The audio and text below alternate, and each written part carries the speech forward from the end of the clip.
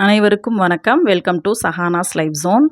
ஒரு 12 நாளைக்கு முன்னாடி என்ன ஆஃபர் குடுத்தாலும் நம்மக்கிட்ட யாரும் ப்ரௌனி ஆர்டர் பண்ண மாட்டாங்க அப்படின்ற மாரி ஒரு ஃபன்னா ஒரு வீடியோ வந்து எடிட் பண்ணி போட்டிருந்தேன்.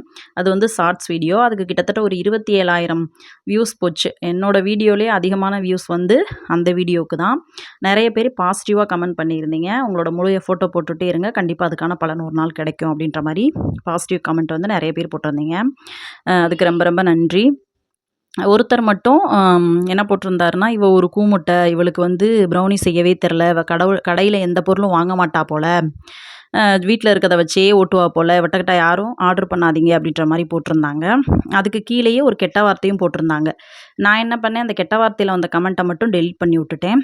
அந்த வீடியோவில் நான் என்ன பண்ணியிருப்பேன் அப்படின்னா, டார்க் சாக்லேட் கம்மியாக இருந்ததுனால ப்ரௌன் சாக்லேட்டும், பட்டர் கம்மியாக இருந்ததுனால நெய்யையும் வச்சு ரெடி பண்ணியிருப்பேன்.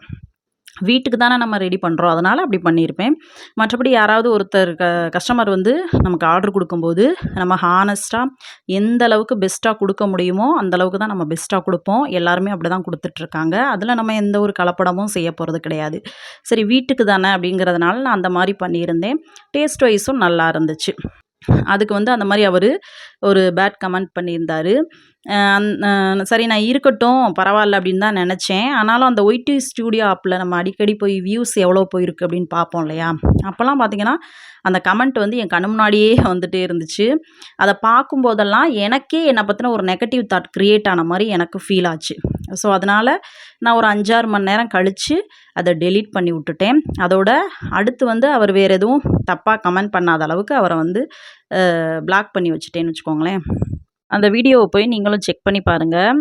வேறு எந்த மாதிரி ஒரு மாதிரி ஹர்ட் பண்ணுற மாதிரியெல்லாம் வீடியோ கிடையாது. ஒரு நார்மலாக நம்ம எப்படி ஒரு வீடியோ போடுவோமோ அந்த மாதிரி ஒரு வீடியோ தான்.